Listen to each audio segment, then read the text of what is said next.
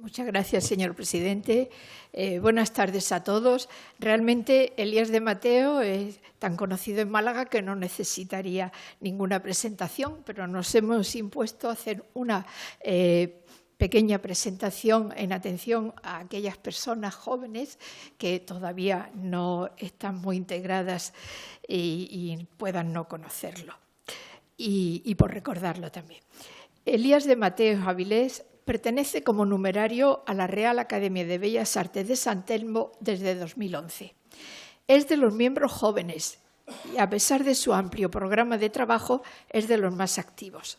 Ha sido tesorero en la Junta anterior, que ya ha cumplido 5 años, y desde la semana pasada, o más bien desde hoy que hemos tomado posesión, es vicepresidente tercero de la nueva Junta. Tengo que decir personalmente que tengo un trauma con su recepción en la Academia, porque yo tenía que contestar a su discurso de ingreso, cuyo interesante tema fue un malagueño olvidado, Andrés Oliva Marra López. Pero no pude contestar. Lo preparé, lo llevaba escrito en el bolso, menos mal que yo me lo escribo todo, y me caí en la calle. Llamé a Pedro Rodríguez Oliva desde el hospital, le dio tiempo a llegar, me confortó, me recogió el discurso y lo leyó Álvaro Mendiola. El resultado fue el mismo. Elías entraba en la Academia, pero yo hubiera preferido estar en la sala contestándole y no en el hospital donde me cosieron la ceja. Elías y yo no nos conocimos en la Academia.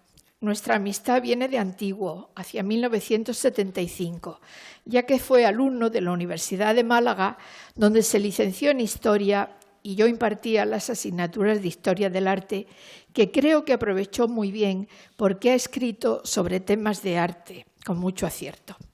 En mi frustrado discurso lo califiqué de alumno atento, despierto y brillante, lo cual lo ratifico también hoy.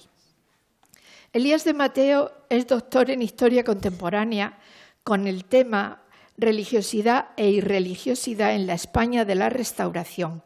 El caso de Málaga, 1875-1913. Fue premio extraordinario fin de carrera y ha sido profesor agregado de Geografía e Historia de bachillerato desde 1987, al ganar la oposición con el número 1 de su promoción en Andalucía, y también profesor asociado en el Departamento de Teoría e Historia Económica de la UMA, aunque en los últimos años ha ejercido trabajos de gestión museística. Ha montado y dirigido el Museo Rebello de Toro, que desde 2010 continúa dirigiendo, y es curioso que había publicado sus ideas sobre un proyecto de museo municipal y a él volvió, ya que durante, creo que fueron 10 años, ¿no?, fue también director del Museo de Patrimonio Municipal de Málaga, llevando asimismo la sala de exposiciones del piso bajo del museo, donde ha montado interesantes exposiciones, recuperando personajes e historias de la vida de Málaga. Es un magnífico y prolífico investigador, y su labor investigadora se ha materializado en más de 50 libros y numerosísimos artículos, ponencias y conferencias. Su especialidad es el estudio de la religiosidad popular y en concreto de la Semana Santa, así como de las contracorrientes religiosas. También ha profundizado en la prensa malagueña, la historia empresarial, la de los movimientos migratorios y en la historia política y social contemporánea de Málaga y Andalucía. No voy a citar los artículos suyos que llenan un currículum muy prestigioso. Y entre los libros me ha sido muy difícil escoger porque son muchos los que me parecen interesantes, pero le citaré algunos, muy pocos para no alargar la presentación. Uno de los primeros fue Paternalismo burgués y beneficencia religiosa en la Málaga de la segunda mitad del siglo XIX, publicado por la Diputación en el 85. Un año después, Masonería, protestantismo, libre pensamiento y otras heterodoxias en la Málaga del 19. Y en el 87, Piedades e impiedades de los malagueños en el siglo XIX, una aproximación a la religiosidad española contemporánea. Publicado por Arguval en 1993, es el libro La emigración andaluza a América, 1850-1936. Ha publicado una biografía de Cánovas del Castillo en el 2000, se le da muy bien la biografía. Un tema de arte que a mí me gustó mucho y que él ha tratado con mucha delicadeza, el libro La incomprendida soledad del escultor Juan de Ábalos, que lo publicó en 2001. A la feria le he dedicado varios libros y el último ha sido, en 2002, Historia de la Feria de Málaga. En 2007 publicó Las víctimas del Frente Popular en Málaga, la otra memoria histórica. Y en 2011, Espiritistas y teósofos en Andalucía, 1853-1939. Y hay más. Se ha interesado por temas tan diversos como el Cuerpo de Bomberos de Málaga, del cual ha realizado una magnífica publicación, sobre los Rotarios de Málaga, sobre la Málaga tecnológica, con biografías de personajes contemporáneos o industrias que están contribuyendo a potenciar esa Málaga avanzada con nuestro magnífico parque tecnológico. Y entre las obras colectivas, pues he cogido 3 nada más. En la obra El republicanismo ante la crisis de la democracia, una perspectiva comparada, él publicó una biografía de Pedro Gómez Chais, El ocaso y el legado de un líder republicano. En el libro Speculum Cinemácula, Santa María de la Victoria, espejo histórico de la ciudad de Málaga, la imagen de la Virgen de la Victoria en la calle, significado y evolución de 5 siglos de procesiones. Y en el libro Masonería, Política y Sociedad, coordinado por José Antonio Ferrer Benimeli, la polémica Masonería-Iglesia en Málaga a finales del siglo XIX. Con todo este bagaje, pues justamente creímos que era la persona adecuada para impartir el tema Notas sobre la historia de la aduana en la ciudad de Málaga. Ya está, muchas gracias y te cedo la palabra. Muy bien. Le cedo la palabra.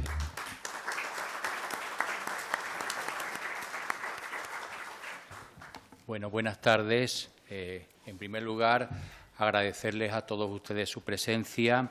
Después, agradecer muy de corazón las palabras de presentación que Rosario Camacho me ha dedicado y que, como ustedes pueden comprender, pues son el fruto de un afecto que viene de hace muchos años y de una colaboración también en muchas o en algunas de las obras que ella ha citado. La verdad es que trabajando juntos pues nos sentimos ambos muy compenetrados.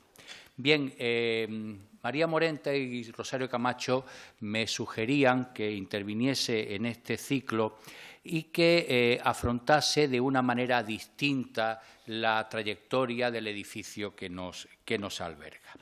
El planteamiento de esta, yo me gusta más llamarle charla que conferencia, es que la aduana ha sido protagonista y testigo de muchos acontecimientos, de muchas vicisitudes de la historia de la ciudad, algunos con una trascendencia enorme fuera de las fronteras locales, y que pues era necesario en esta revisión que estamos haciendo de la aduana con motivo del regreso de la Academia a su sede, a la sede del Museo de Málaga, pues esta conferencia. Yo voy a pretender, de verdad de corazón, no aburrirles. Voy a pretender decir muchas cosas que ya se saben, pero también intentar decir algunas cosas nuevas y, sobre todo, reflexionar en torno a lo que muy cerca de estos muros y dentro de estos muros ha sucedido. Para ello, aquí tienen ustedes una vista de la aduana. Para ello me voy un poco a fijar en un modelo distinto de un programa que los más mayores de los aquí presentes quizás se acordarán, que con guión de Antonio Gala y presentación de Natalia Figueroa, en mi adolescencia pues veíamos en aquella televisión que en la época del tardofranquismo y en la transición pues tenía como lema, ya totalmente olvidado, formar, informar y entretener, pues una serie de programas culturales realmente importantes, y Antonio Gala, con su enorme bagaje cultural, pues hacía que algún personaje de la historia de España dialogara con algún monumento, con algún espacio donde se había desarrollado una parte o buena parte de su vida. Bien, pues si las piedras hablaran de este espléndido edificio, nos podrían hablar de muchas cosas. Y voy a empezar por algo muy bueno, por algo muy positivo. Fíjense lo que les he puesto ahí, Palacio Real. La aduana ha sido y ha albergado muchos elementos a lo largo de sobre todo, fundamentalmente a partir de que se concluyen las obras y después de ser fábrica de tabaco, desde 1840, la aduana es fundamentalmente la sede del poder político del Estado en la ciudad y en la provincia de Málaga. Para ello hay que tener en cuenta algunos datos previos, antes de que entre en lo que es Palacio Real. En 1833, el afrancesado Javier de Burgos hace la actual división de España, una división de España que con todos sus defectos ha pervivido hasta nuestros días. En esa división de España, que copia los modelos de los departamentos franceses, de modelos napoleónicos, pues se establece años después, muy pocos años después, entre 1833 y 1840, la figura de lo que nosotros hemos llegado a conocer como el gobernador civil. Al principio se llama el jefe político, y la sede del jefe político y del gobernador civil, hasta su desaparición con el Estado de las Autonomías a mediados de los años 80 del pasado siglo, pues fue esta casa. Por lo tanto, esta casa, que alguien ha dicho en esta misma tribuna, que mientras el edificio religioso emblemático de Málaga es la catedral, el edificio civil emblemático de Málaga es sin duda, y lo conocemos popularmente como la aduana. La aduana, donde nos encontramos, ha albergado el gobierno civil, la Diputación Provincial, desde su creación hasta 1922, la Delegación de Hacienda, por supuesto, también la aduana, la sede de los Carabineros y luego de la Policía Nacional, el catastro, la sede inicial de Telégrafos, la sede inicial de Radio Nacional de España en Málaga. Fíjense ustedes la cantidad de organismos, la cantidad de actividades que se han desarrollado bajo o alrededor o en torno a estos muros. Bien, Palacio Real. Y en esto, en algunos temas, voy a seguir en mucho la segunda tesis doctoral que quien me antecedió en esta tribuna, Carlos Gutiérrez de Pablo, realizó sobre el Palacio de la Aduana. Creo, y Rosario Camacho y yo coincidimos, es que es la persona que más sabe, por supuesto, de este edificio. Bien, en 1862, y fíjense que estamos viviendo una etapa de extraordinaria prosperidad económica, no solamente en Málaga, sino en el conjunto de España, incluso en el conjunto de Europa, hasta la crisis de 1866, pues Isabel II, que está en un momento dulce de su reinado, con un gobierno de la Unión Liberal, un gobierno presidido por el general O'Donnell, y con un joven político malagueño tremendamente prometedor en aquellos momentos, que es Antonio Cánovas del Castillo, que desempeña la cartera de Gobernación, que es el equivalente hoy en día al Ministerio del Interior, pues el Gobierno programa un viaje por Andalucía, un viaje de la reina por Andalucía, que de alguna manera pues quiere acercar a la figura de la monarca al pueblo, hacerla lo más popular posible, y aparte de un recorrido por otras provincias, por otras ciudades andaluzas, pues la reina viene a Málaga y está aquí entre el 16 y el 19 de octubre de 1862. Lógicamente hay que alojarla,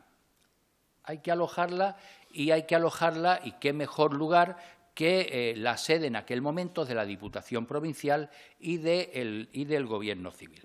Bueno, hay unos preparativos que lógicamente tengo que resumir muy mucho, y se va a adaptar la aduana como Palacio Real.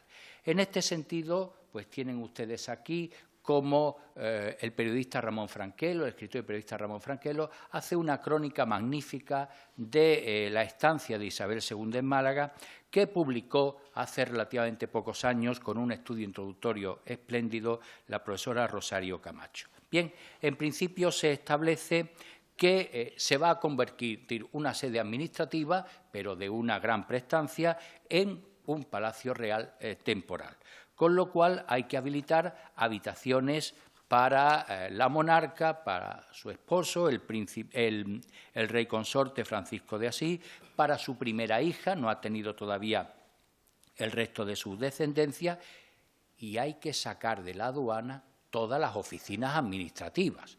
Fíjense que el problema era un problema logístico importante. Luego hacía falta dinero.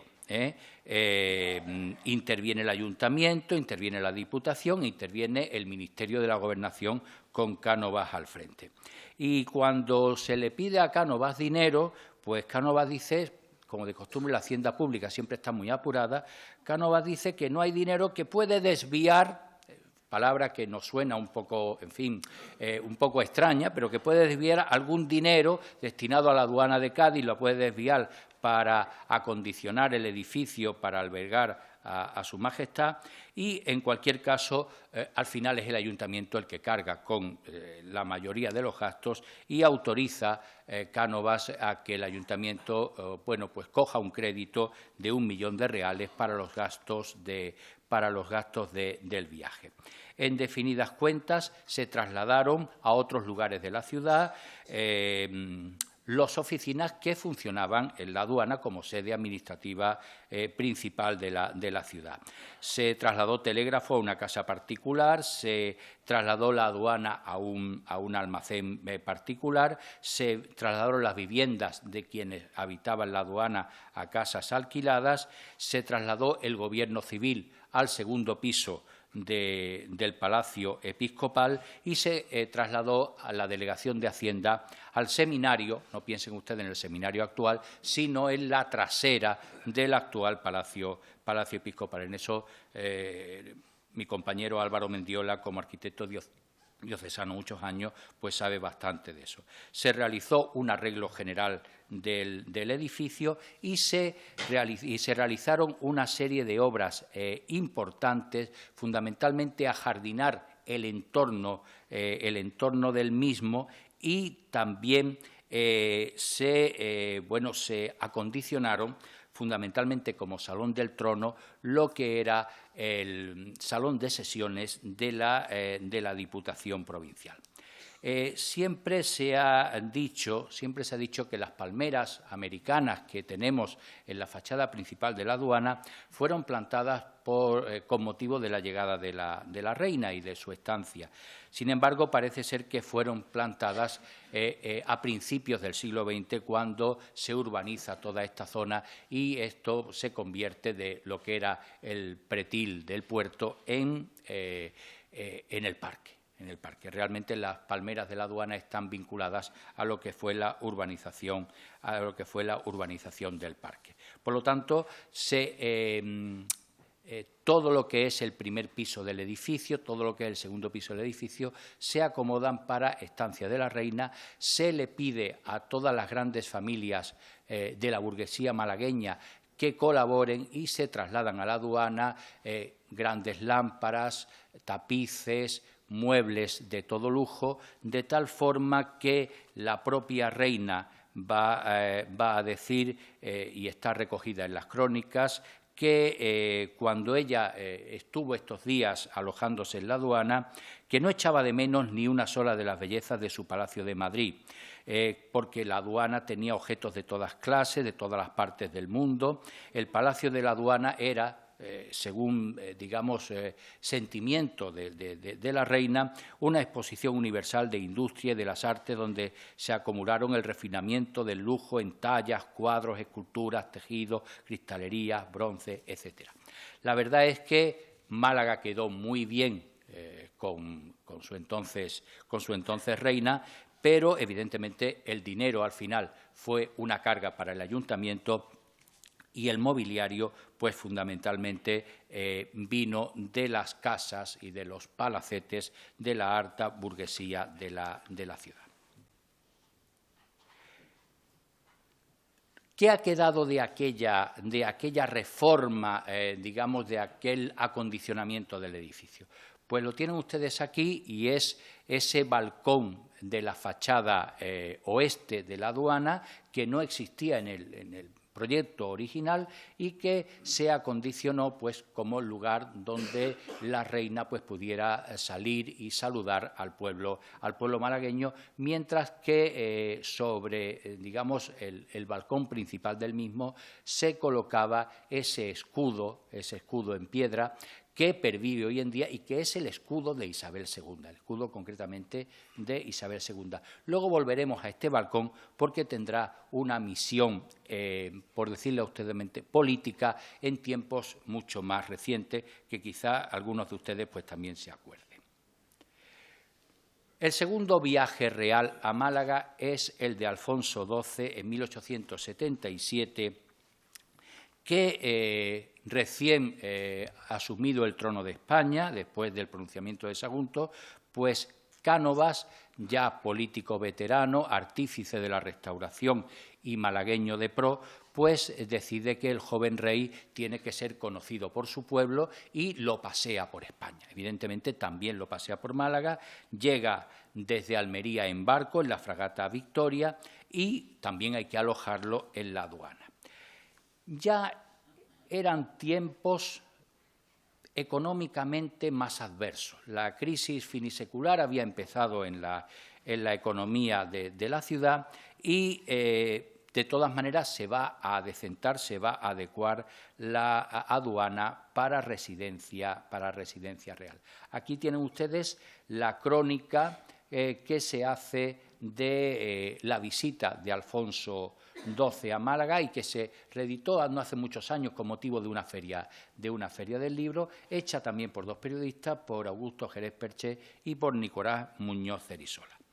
De aquella estancia del rey en la ciudad, de aquel alojamiento en la aduana, pues fundamentalmente nos ha quedado la segunda escalera principal del edificio, que hoy en día se mantiene tal y como se dispuso. El día anterior, la semana pasada, cuando Carlos Gutiérrez de Pablo estuvo aquí en esta misma tribuna, hablábamos con Rosario Camacho de que si la nueva escalera era la de la derecha o la nueva escalera era la de la izquierda. Y la verdad es que no sabemos definir porque las escaleras se hicieron absolutamente gemelas. Pero ese conjunto global de escalera imperial que tiene actualmente la aduana, en su momento en que se completa, es en 1877, con motivo de la visita de Alfonso XII. También hay que desplazar las oficinas, la vivienda del gobernador se convierte en la Cámara Real, el Salón del Trono, igual que en el caso de Isabel II, se habilita en el Salón de sesiones de la Diputación Provincial. Por lo tanto, es algo muy parecido a lo que había ocurrido unos años antes con su madre, pero en este caso lo que va a adaptarse en el edificio va a ser fundamentalmente, o lo que va a pervivir hasta nosotros, es la doble escalera principal del mismo y el conjunto de los bustos que coronan la galería del patio y que fueron ejecutados por el escultor Luis Sánchez Caballero y que perviven hoy en día y evidentemente le dan al edificio, pues sobre todo al conjunto del patio, le dan una prestancia realmente mucho más noble o un empaque mucho mayor que el que tenía simplemente con la galería alta desnuda. Bien, la aduana, vamos a pasar a lo anterior, la aduana, y no quiero ser excesivamente prolijo, también va a albergar ya no a otros monarcas en su alojamiento, pero sí cuando vienen a Málaga Alfonso XIII o viene a Málaga Juan Carlos I, las audiencias o el lugar donde distintos colectivos, grupos o entidades de la sociedad malagueña van a cumplimentar al monarca, pues va a ser los salones, el Salón del Trono de la Aduana. Concretamente, Alfonso XIII viaja a Málaga varias veces a principios del siglo XX. En 1907, en compañía del entonces presidente del Gobierno, del conservador Antonio Maura, y hay una anécdota, simplemente se la digo porque, bueno, cualquier conferencia siempre hay un poco que pasar de lo trascendente un poco a lo más anecdótico, a lo más amable, pues cuando en la prensa se recoge como cuando el rey, el día 18 de octubre de 1907, abandona la aduana, pues una serie de personas muy necesitadas lo abordan, el rey se echa mano al bolsillo, da unas limosnas, le pide a su ayudante más dinero y reparte una serie de socorros entre las personas que se habían acercado a la puerta de la aduana para solicitar el auxilio del rey. En enero de 1911 también el rey viene a Málaga, celebra audiencias en el Salón del Trono, en el Salón de Sesiones de la Diputación, y en este caso viene acompañado por el liberal reformista José Canalejas como presidente del Gobierno. Y es muy significativo, y esto se lo digo también como algo realmente excepcional, porque se celebra un banquete en el Salón del Trono de la Diputación, el Salón de Sesiones, y con 130 invitados, pero fíjense el precio en 1911 de 125 pesetas el cubierto. Piensen que en aquellos momentos una familia humilde, una familia obrera, pues echaba el día con 3 o con 4 pesetas. Entonces, yo no sé si el periódico está mal o aquello era exclusivamente para gente absolutamente potentada. En cualquier caso, seguimos teniendo la aduana como lugar de referencia cuando vienen los monarcas a Málaga. Y en 1972, en marzo de 1972, quizá algunos de ustedes se acuerden, pues también el rey emérito Juan Carlos y la reina Sofía, entonces príncipes de España, vienen a Málaga y no se alojan en la aduana, entonces gobierno civil, pero sí reciben a las distintas representaciones de la ciudad en el Salón del Trono de la restaurada aduana, que nuestra academia pues utilizó durante un tiempo precisamente para los actos más solemnes, una vez que fue desalojada de su sede anterior en calle San Agustín. Bien, y ahora pasamos de algo relativamente feliz o amable a algo realmente terrible. Yo no podía pasar esta tarde sin hacer una breve referencia a la mayor tragedia que se ha vivido en este edificio y a una de las mayores tragedias que se ha vivido en la ciudad de Málaga, como fue el gran incendio que afectó a la aduana de Málaga el 26 de abril de 1922 y que costó nada más y nada menos que 28 víctimas mortales.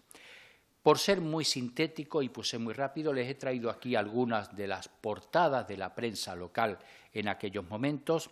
La aduana de Málaga era una gran sede administrativa. Aquí estaban todas las oficinas del Estado y de una manera un tanto benevolente y absolutamente ilegal se permitió que donde nos encontramos nosotros ahora, en el ático de la aduana, debajo de la gran cubierta a 2 aguas, pues se establecieran de una manera muy precaria las viviendas de muchos humildes funcionarios que trabajaban en el conjunto del edificio.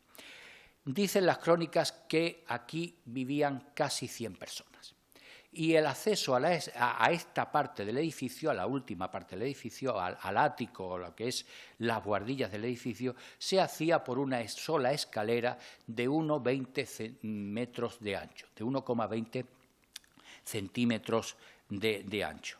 Con lo cual, aquí se cocinaba, aquí había unas instalaciones eléctricas en muy malas condiciones, y parece ser que en una de las chimeneas improvisadas se prendió la chimenea, por lo que era toda la cubierta del edificio, que era una armadura de madera se propagó rápidamente el incendio, con tan mala suerte que se generó junto a la escalera, a la única escalera que permitía el acceso, permitía la evacuación de esta zona. El resultado, pues a ustedes se lo han contado sus abuelos, a mí también, fue absolutamente dantesco. Por otra parte, aparte de esa negligencia de permitir, que además estaba por una orden ministerial, estaba prohibido que en un edificio público viviese nada más que el guarda o el conserje que cuidaba del mismo por la noche. Además, el cuerpo de bomberos en aquellos momentos demostró una absoluta ineficacia, no funcionaban las bombas, no funcionaban las escalas. La gente lo que hizo fue, pues, poner colchones en la calle y las personas que estaban atrapadas por el fuego se alanzaban desde una altura enorme, como la que nosotros nos encontramos ahora, y perecían de tal manera que se dan ustedes cuenta que detalles de la catástrofe, la ciudad de luto, 24 cadáveres, aquello fue algo que quedó en la memoria colectiva de los malagueños como uno de los momentos más trágicos de la historia, no solamente del edificio, sino de la historia de la ciudad. Luego hubo, como pueden ustedes comprender, pues petición de responsabilidades, tanto por la no eficacia del servicio de extinción de incendios, como se había permitido aquí, que se habían hecho apartamentos, por llamarlo de alguna manera, y se habían dividido este enorme espacio con tablones de madera, con lienzos encolados, en fin, lo que ustedes puedan pensar de viviendas miserables, absolutamente carentes de cualquier tipo de servicios adecuados y, desde luego, de unos procedimientos de evacuación, incluso para la época, absolutamente mínimos. Aquí tienen ustedes la Unión Mercantil, el periódico de referencia de la época, y verán ustedes que 24 muertos, manifestaciones de pésame, en fin, aquello fue absolutamente dantesco. Y les he traído dos imágenes muy significativas. Esto es la aduana como queda después del incendio de 1922. Se va a reconstruir entre 1923 y 1930, y todos recordamos que se le dejará simplemente una cubierta como una gran terraza y se sustituye todo el entramado de madera último por una gran viguería de hierro fundido, que además tenía muy poca altura y que cuando algunos investigadores veníamos al archivo entonces del Gobierno Civil, pues había que tener cuidado con la cabeza porque no era algo habilitable para, digamos, para correr, evidentemente, ni para tener un desarrollo por allí, nada más que estaba el archivo y algunos elementos de almacenes del Gobierno Civil. Tras el incendio, la Diputación sale definitivamente de este edificio y se va a alojar primero en un palacete de calle Beata, un pequeño palacete de calle Beata, y posteriormente en la sede que se construirá a principios de los años 60 en la acera de la Marina. En la reconstrucción, pues se gastaron un total de 2 millones de pesetas.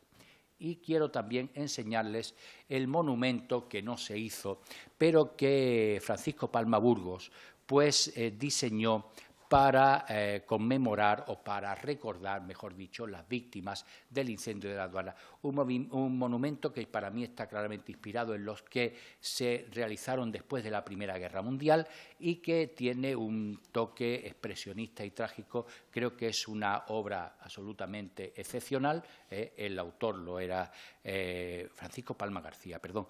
El autor también era excepcional y no llegó a materializarse. Y ahora se van ustedes a asombrar por qué pongo yo aquí Plaza de Oriente. Los que tenemos cierta edad vivimos durante una etapa de nuestras vidas bajo el régimen de Franco. Ustedes saben que el régimen de Franco se caracterizó por ser una dictadura que tomó en principio los modelos fundamentalmente del fascismo italiano y de la adhesión, como se decía entonces, inquebrantable, a la figura del jefe del Estado. Esto había que manifestarlo no a través de un sistema representativo, sino a través de grandes concentraciones de masa.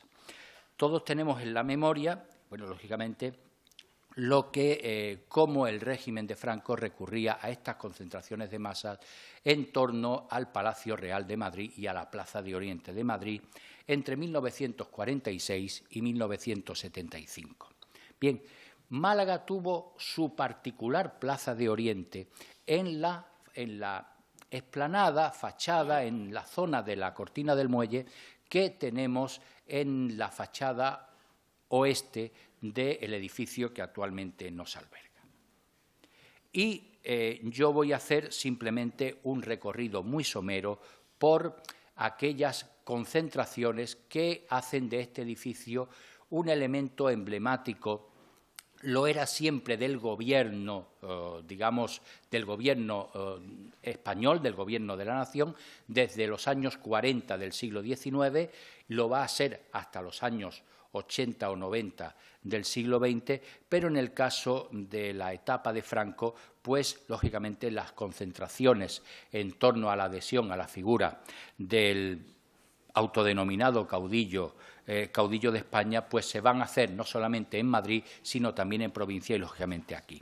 Aquí tienen ustedes, por ser muy sintéticos, y lógicamente se me puede escapar alguna, la de 10 de diciembre de 1946, cuando las Naciones Unidas adoptan una resolución en la cual se condena al régimen español y se retiran los embajadores porque se considera que el régimen español era incompatible en la comunidad internacional con los vencedores de la Segunda Guerra Mundial. Bien, pues el periódico Sur pues recoge la concentración, los discursos del entonces gobernador civil, Manuel García del Olmo, de otras personas que también intervinieron en el acto. Hubo una manifestación previa que todas esas manifestaciones franquistas terminaban frente al balcón isabelino, lo podemos decir totalmente, que hemos visto anteriormente y que queda como, digamos, huella arquitectónica de la visita de Isabel II. Ya llegando a la época del desarrollismo, tienen ustedes esta de 29 de enero de 1962, en el cual el Gobierno había aprobado un plan de desarrollo provincial referido a Málaga con una inversión de casi 5.000 millones de pesetas de la época, y el gobernador civil Rodríguez Acosta pues organiza una manifestación.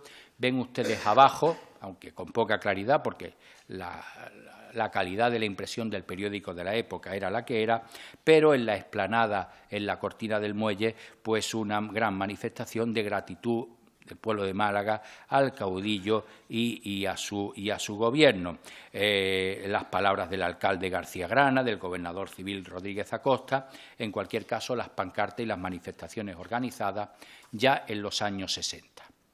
Pero también llegamos al año 63, cuando el Gobierno concede a Málaga la Facultad de Ciencias Económicas, Políticas y Empresariales, me parece que se llamaba en aquel momento. Pues ahí tienen ustedes cómo de nuevo se organiza una concentración, en este caso en torno al gobernador Castilla Pérez. Está el obispo coadjutor, Monseñor Benavent, el alcalde García Grana, y repito, sin ser exhaustivo, pues tienen ustedes aquí también algunas fotos del archivo de la Universidad de Málaga, y estas fotos son intercambiables entre los años 40, 50, 60 y 70, porque verán ustedes además ahí las palmeras, las palmeras que distinguen la fachada oeste del edificio.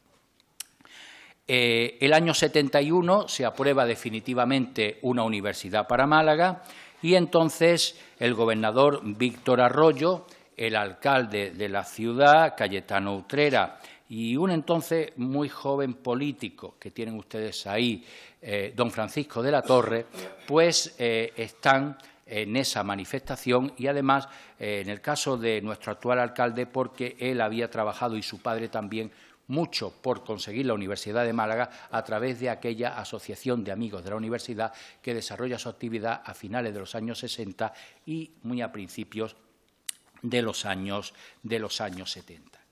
Y la última concentración franquista frente a la aduana fueron a principios de octubre de 1975, cuando las condenas de una serie de terroristas dieron como resultado una campaña internacional, con Franco ya en los últimos momentos de su vida, y aparte de esa última intervención suya en el balcón del Palacio de Oriente, pues aquí tienen como el gobernador González de la Puerta y el alcalde Cayetano Utrera, pues se habla en el periódico con un gran entusiasmo de más de 100.000 malagueños, cosa que es absolutamente físicamente imposible que quepan en todo el espacio que hay en la cortina del muelle, ¿no? Entonces, no injerencia extranjera, en fin, eso ya creo que bastante de las personas que estamos aquí incluso lo recordamos.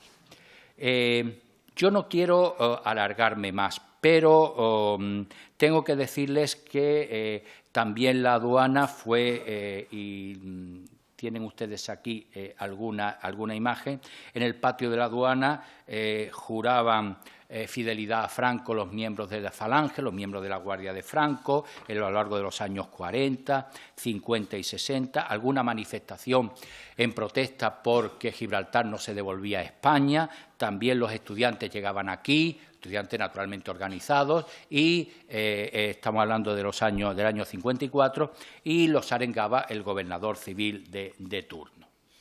Bien, el cine. De esto sabe mucho más que yo nuestros compañeros Maripepa Lara y Carlos Pellicer, pero yo no he querido dejar de plantear la aduana en dos momentos en que tiene una relación estrecha con el séptimo arte. En primer lugar, en los años 50, entre 1956 y 1957, cuando en el patio de la aduana se rueda la escena emblemática de esta película que tienen ustedes ahí el cartel, de Amanecer en Puerta Oscura.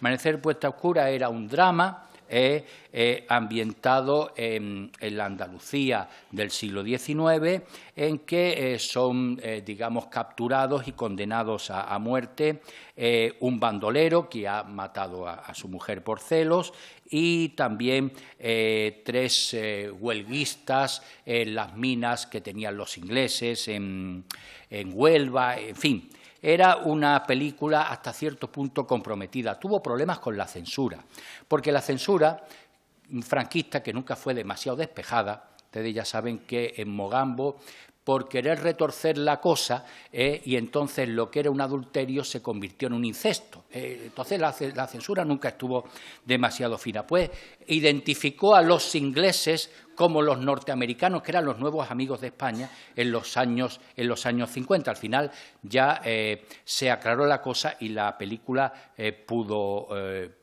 estrenarse.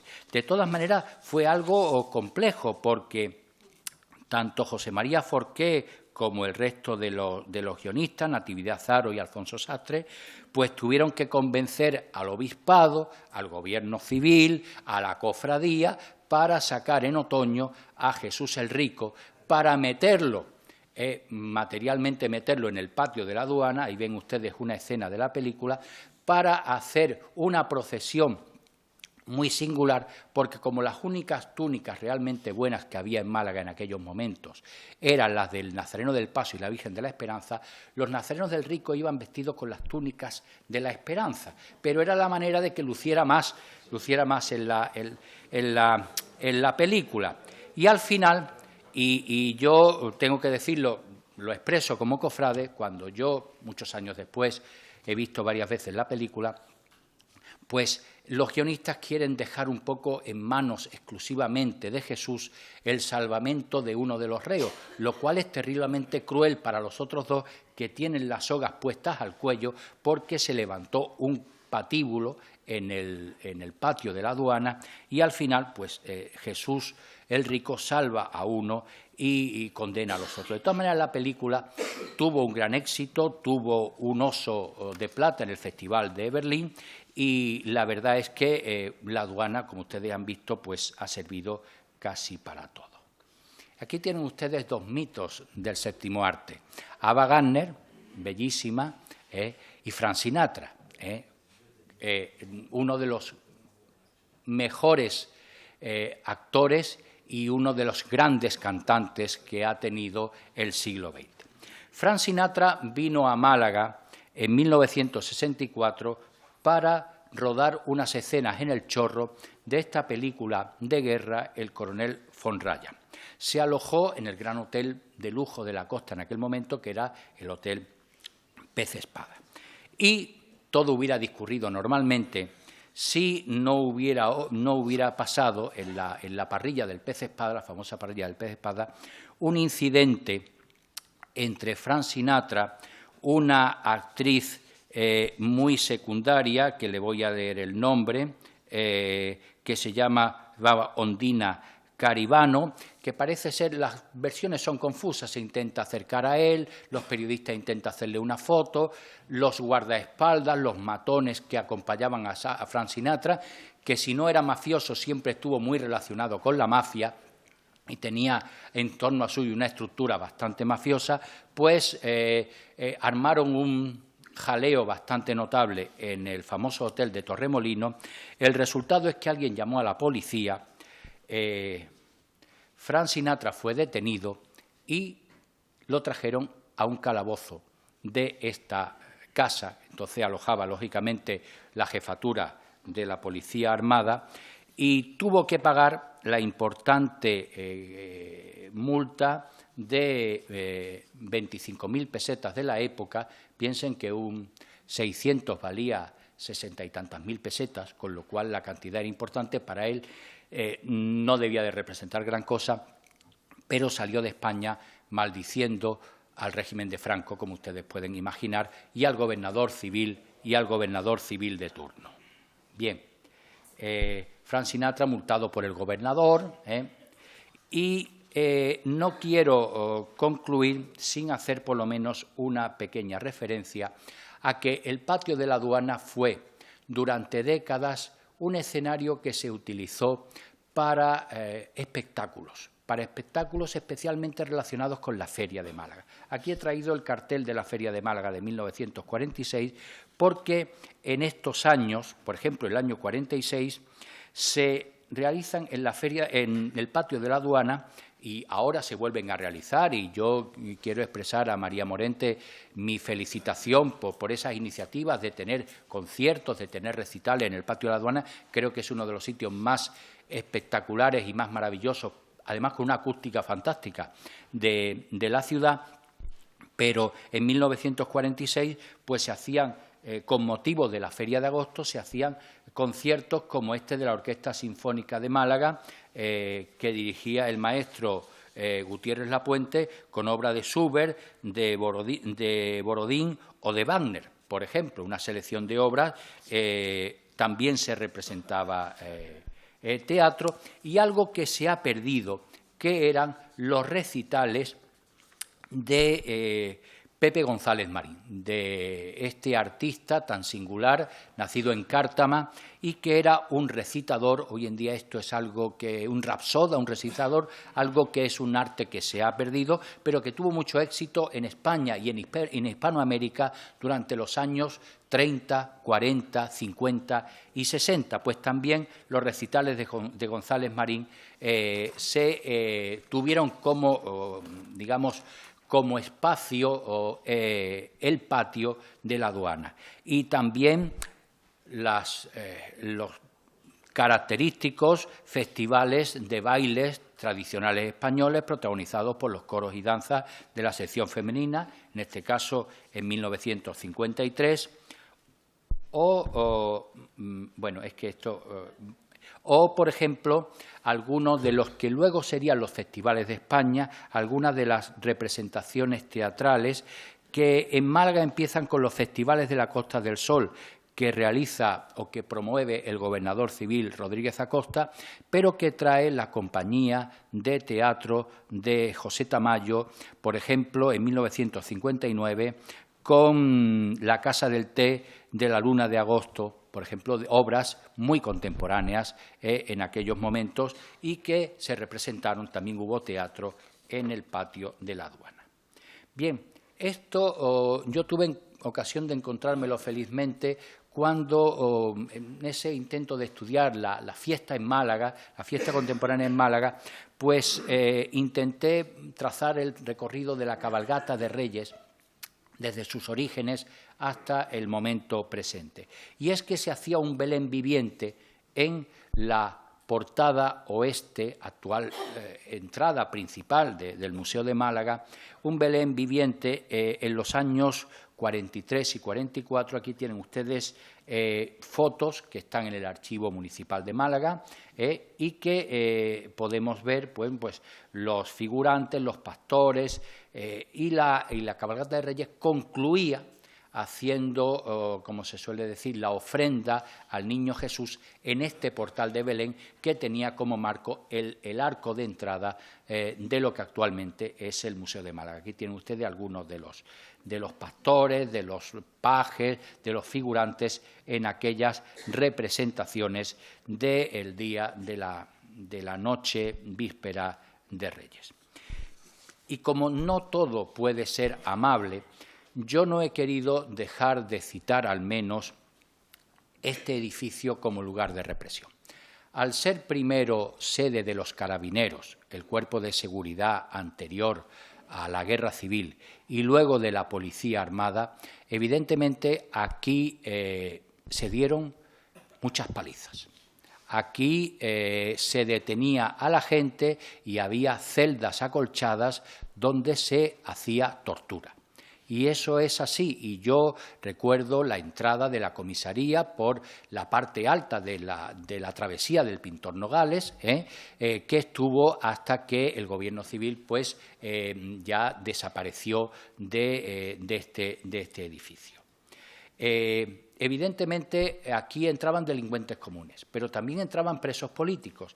Y aquí he traído Internet, si se sabe buscar, pues te facilita mucho la labor, sobre todo la labor gráfica, pues un sello de la Dirección General de Seguridad de la Brigada Político-Social, que era, no como se ha dicho, la policía secreta del régimen de Franco, sino la policía política del régimen de Franco, dedicada a controlar y a reprimir a la oposición, a las protestas y a la oposición política. En este aspecto, yo quiero destacar que hace algunos años el periodista Alfonso Vázquez, que está siempre atento a muchas de las cosas que pasan, a casi todas las cosas que pasan en la ciudad, hizo un reportaje con un antiguo líder obrero, con Manuel Ruiz Benítez, que contaba en un libro de memorias pues cómo había sido torturado, cómo había sido represaliado en las dependencias policiales, en los calabozos que estaban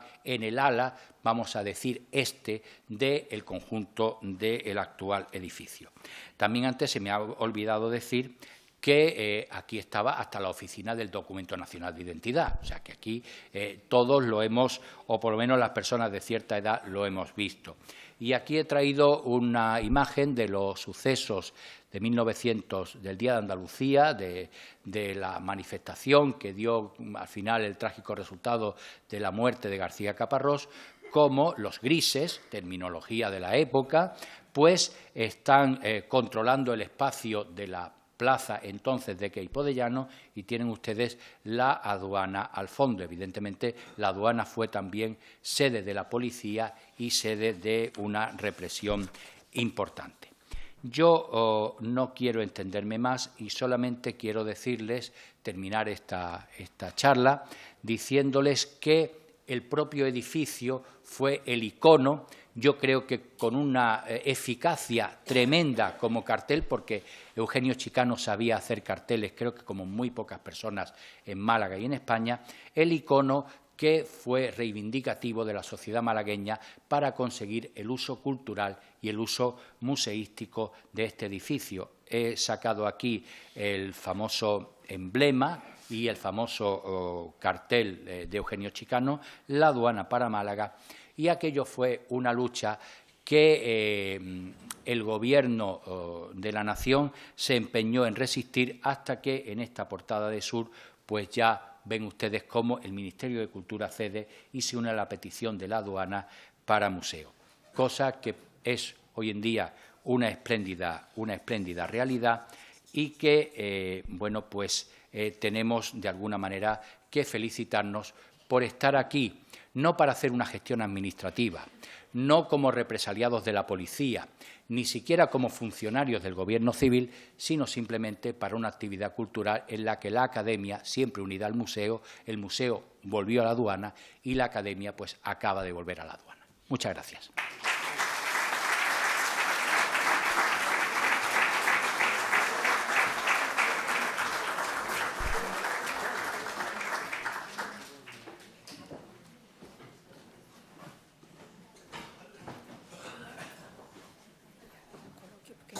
Lo que tú quieras.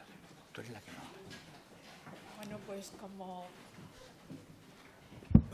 después de esta magnífica conferencia de don Elías de Mateo, como en otras ocasiones, se abre un coloquio que no será muy largo, pero ustedes tienen la palabra ya.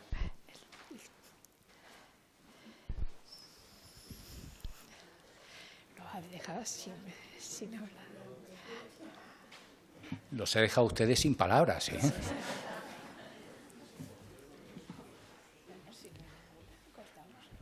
Bueno. Todo mi enhorabuena, porque es verdad que la función del edificio es siempre muy interesante de conocer la sucesión y de cómo de una cárcel se transforma en un museo. Y es fantástico. Y lo has explicado tan bien y de forma tan amena que todos mis enhorabuena. Gracias. Muy bien, muchas gracias. Yo tengo que decirles que se me han quedado cosas en el tintero y simplemente dar dos apuntes. Cuando llega el ferrocarril a Málaga, pues los promotores del ferrocarril dan un gran banquete, una gran recepción, precisamente en los salones de la Diputación en este edificio. Es una ocasión muy grata. Y hay una noticia curiosísima, y es que en la sucesión de gobernadores civiles que se producen durante la Restauración, 1884-86, bueno, pues un gobernador cesa y hace un inventario de todos los muebles y de todos los elementos de su vivienda. Cuando llega el gobernador siguiente, se encuentra todo vacío. Lo han robado en la propia sede del Gobierno civil y en la propia sede de los carabineros y de la policía. O sea que en este edificio, como en todos los lugares, han pasado cosas también originales y también sorprendentes.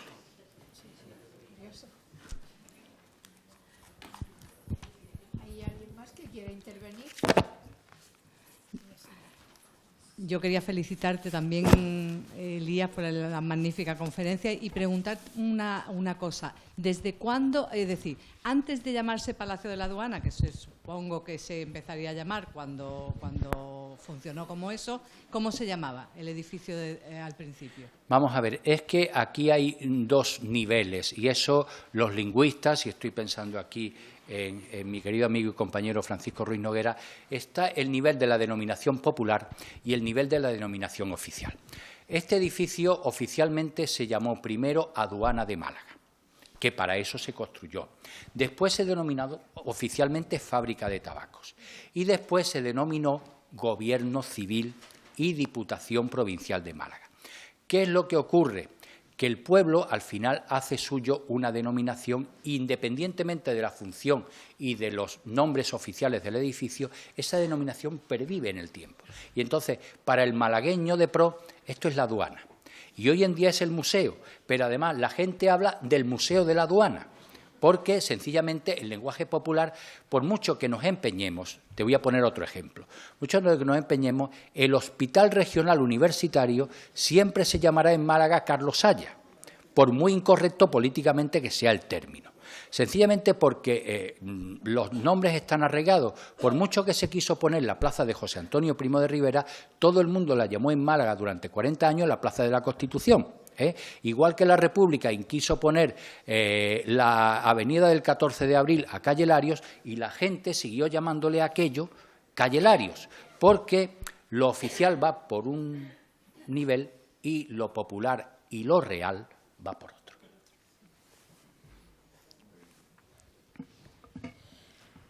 ¿Alguna intervención más?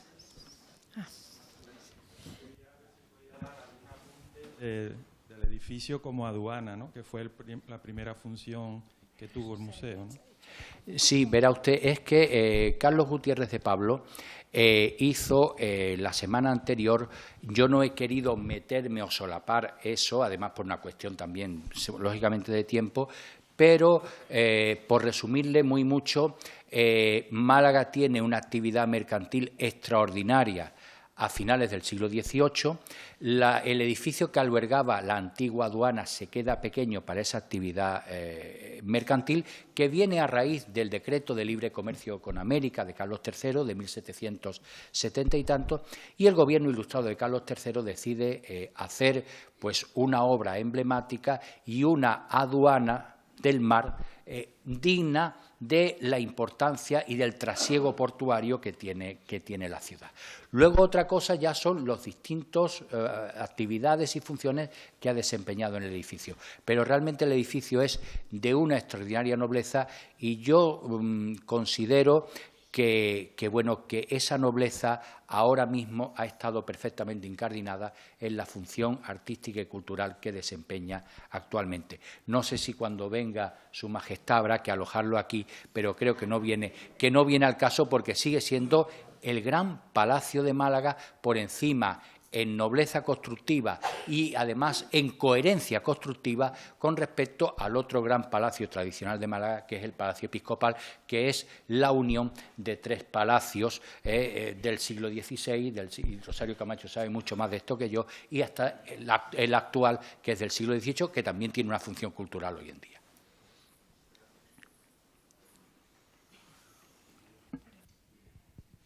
Bueno, pues si no hay ninguna intervención más, yo solo quiero recordarles que el próximo jueves, día 5 de marzo, continuamos con el ciclo y entonces va a haber una mesa redonda que coordinará María Morente y en la que intervienen los 4 arquitectos académicos de esta casa, que son Álvaro Mendiola, Javier Bonet, Ángel Asenjo y Rafael Martín Delgado.